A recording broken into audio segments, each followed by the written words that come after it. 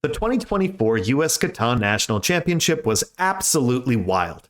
It featured great gameplay, exciting trades, and resulted in DandyDrew pulling a victory point for the win. But it also featured some major mistakes that we can all learn from. In this video, we're going to see how making basic, fundamental mistakes can completely change the game and potentially get you accused of cheating. In our first lesson, let's see how knights can make you forgetful. On turn 26, Drew passes the dice to Sunny, who has 2 down development cards. He plays a knight and puts it immediately on the 6 ore. It takes Sunny about 45 seconds to decide to steal an ore from Zhao. Unfortunately, this is all the time it takes to forget to roll. Usually this is a problem for online players since online Catan forces you to roll every single turn. However, Sunny is an exclusively over-the-board player, so it's a bit surprising to see him make this mistake, but it just goes to show you that it can happen to anyone. Thankfully, it's unlikely this misroll affected the game in any meaningful way, but we'll never know for sure. After all, once Sunny takes that ore from Zhao, his hand looks like this. A 4, 6, or an 8 all give him a bunch of resources that he could potentially use to port, buy development card, save for a city, or trade with other players. However, once he gets his ore from Zhao, he immediately opens up negotiations with the other players for a trade. Anyone looking for sheep? No. Look for cards, just general. Understood. Feast or famine, I guess. Anyone looking for wood? No. After some unsuccessful offers, he passes to Josh, completely missing his roll. 9. Amazingly, this wasn't even the only missed roll in the final. Zhao passes to Drew to start turn 41, and Drew immediately plays a knight, but it takes him over 90 seconds to figure out where to place it, which is plenty of time to forget to roll. Drew will eventually steal a wood from Josh, and here's what his hand will look like. If Drew rolls and hits any of his numbers, he has the resources to potentially build and/or port his way to a road settle on the 5 wheat. Or, if an 8 rolls, he could trade in his excess wheat and brick for a city on the 4-8. Ultimately, he never rolls. I'm going to drop the road here. He lays down his road towards the 5 wheat and passes to Sunny. The lesson here is simple. When you play a knight, always make sure you roll. Otherwise, it could have huge consequences. There's a basic mistake on turn 36. See if you can catch it. 6. What, man? More ore blocked production. I'm not collecting cards here. What do you hear, Shaz? Any a pass. Did you catch it? Let's zoom in on the dice tray. That's clearly a 5, not a 6. This incorrect 6 roll had pretty big consequences on the game. Let's take a look at how it affected each player. We'll start with Sunny. This is Sunny's hand before the roll.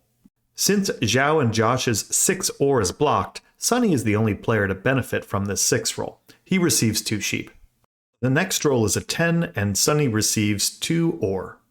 Unfortunately for Sunny, he rolls a 7 on his turn, forcing him to discard 4 cards. Thankfully, he's able to salvage his turn by stealing an ore from Zhao and building a city. Now, if the players had correctly identified the roll as a 5, Sunny never 7s out, because he would never have received those extra 2 sheep. He still likely steals an ore from Zhao and builds his city, but he would still have an additional wood and sheep that he otherwise would have discarded. So in total, this incorrect dice roll cost Sunny 2 cards. Let's see how this incorrect roll affected Drew. This is his hand before the roll. The incorrect 6 roll doesn't directly affect Drew. On his turn, he ports 2 wheat for an ore and uses that to buy a card. This will eventually be his first knight, and that's his turn. Now let's see what might have happened had Drew noticed that the 5 had rolled.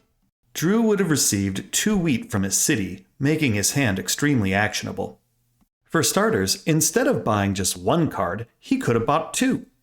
He still would have received the same 2 development cards, a knight and a VP, but he would have received the VP 16 turns earlier, which might have changed how he played the rest of his game. Instead of buying a card, Drew also could have ported his resources for a road settle on the 5 wheat. Amazingly, this is potentially the second time in 2 orbits that Drew is denied resources from an incorrect roll or a missed roll that could have potentially resulted in this settlement being built. Drew will eventually build this settlement 16 turns later on turn 53. The fact that Drew is able to overcome all of this bad luck and adversity makes his victory all the more impressive. Let's take a look at what effect the incorrect roll had on Josh. Here's Josh's hand before the roll. 6. What, man? More or blocked production. I'm not collecting cards here. Josh is rightfully frustrated that he isn't getting any cards. He is a wood sheep and brick in hand, and unbeknownst to the other players at this time, he is a road builder as his development card. So if he can get a resource or two, he could potentially trade for a wheat and take the 9-2-4 spot away from Zhao. Let's fast forward a bit to Josh's turn 3 turns later. 3. Stupid. Another big 3 for Zhao. Freeze. Brick for wheat here. Man, you can't give him that spot right there. I'm not giving you that. Okay. On the very next turn, Zhao builds a road settle to the 9-2-4 and takes that spot away from Josh.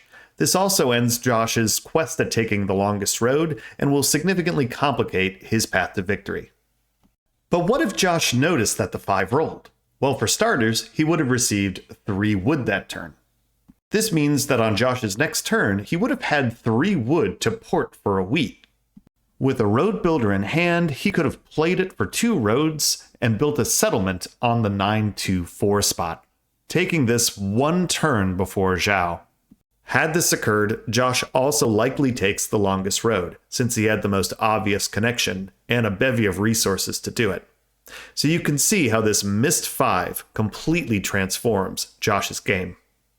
As for Zhao, well, it winds up working pretty well for him as he takes the longest road and winds up being the front runner at this point in the game. The lesson here is simple. Always confirm the dice roll, because you never know if somebody got it wrong, and that can completely change your game.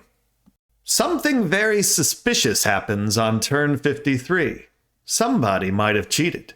Let's watch and see if you can spot it. What number? 7? 7. That's a 7. That's brutal. 3. Alright, that's brutal. Sorry, Drew. 12. And a extremely brutal 7 out for Drew. Notice anything suspicious? Well, neither did I. And that's because I didn't notice until after I did a full accounting of all the cards. So I'm actually making a future video about all of the stats of the US National Catan Championship that's coming out soon. It was only then that I discovered that a second player should have 7'd out this turn. So how many cards do the other players have when Drew 7's out?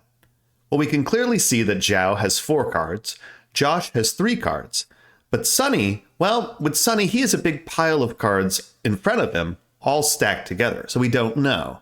So let's go back and see if we can deduce how many cards he should have here. On turn 50, Sunny has 3 cards. You can see them here. Bring out some history there. I built 1 road. I get 1. Huge Built 10 one roll. On turn 51, a 10 rolls, giving Sunny 3 cards because he has a city and a settlement. This should bring him to a total of 6 cards.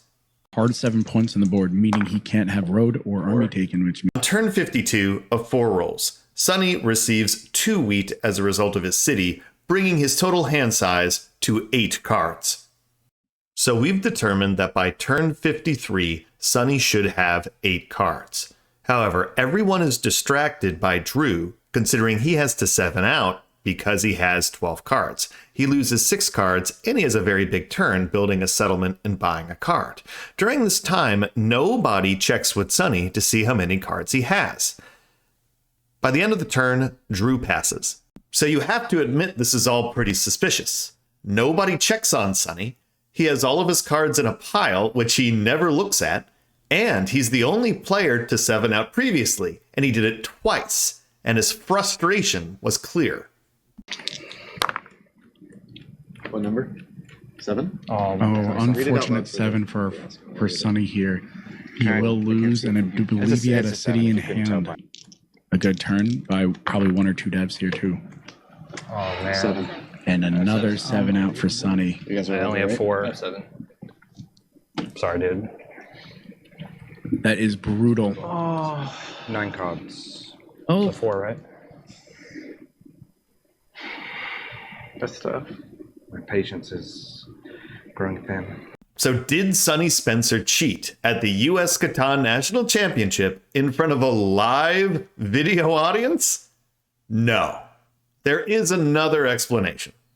Back on turn 51, Josh rolls a 10, and Sonny should receive 3 ore. But watch the banker here. Sonny only receives 2 ore. It is Sonny's job, not the banker's, to confirm how many cards he should be receiving on any given turn. Sonny simply loses track of his hand. This is an easy lesson. Always make sure that you receive the correct number of resources on your dice roll. In addition, it never hurts to confirm how many cards each player has when a 7 rolls. In conclusion, everybody makes mistakes, even the best players in the world.